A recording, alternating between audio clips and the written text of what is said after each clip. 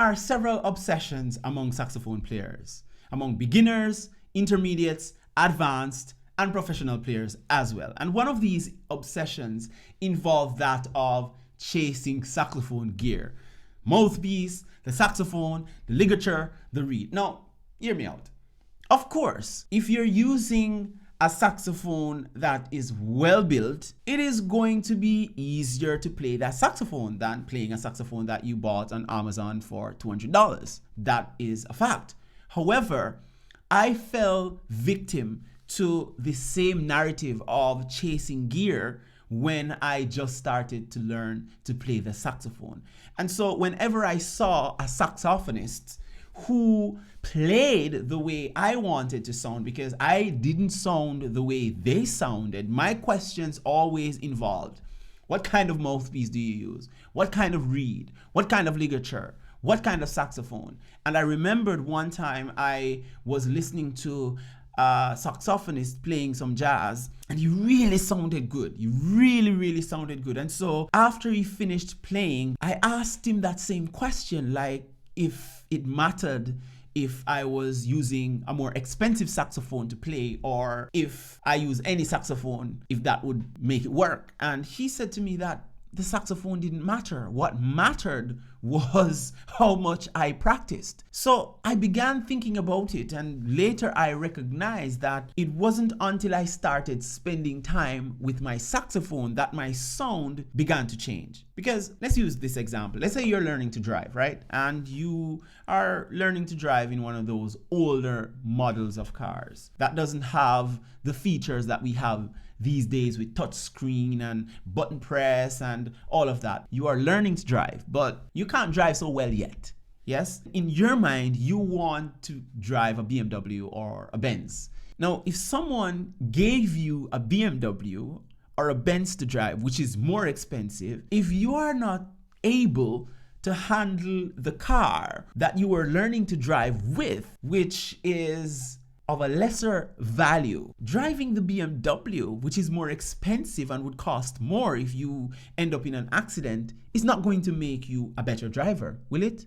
No, it won't. So I was missing the point that what I needed was not new gear or not more gear, but what I needed was to practice. And I once read a statement that says the master has failed more times than the beginner has even ventured to try. And so a lot of times the person who we idolize, the person who we want to sound like, the person who we want to play like on the saxophone, if they should give us their setup, their saxophone with the same mouthpiece, ligature, reed, and so on, you would not sound a quarter of what they sounded like, because every saxophone has its own nuances.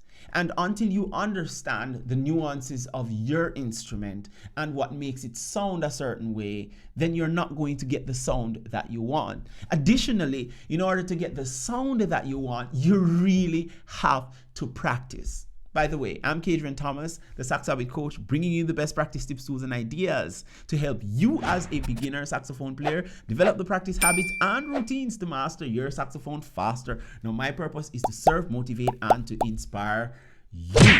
So oftentimes I see the question being thrown around online, especially among beginner saxophone players, and they're asking, what's your setup? What's your setup? What mouthpiece? What reed? It's not that those are not important, but better questions to ask are, what do you do to get that sound? How do you practice?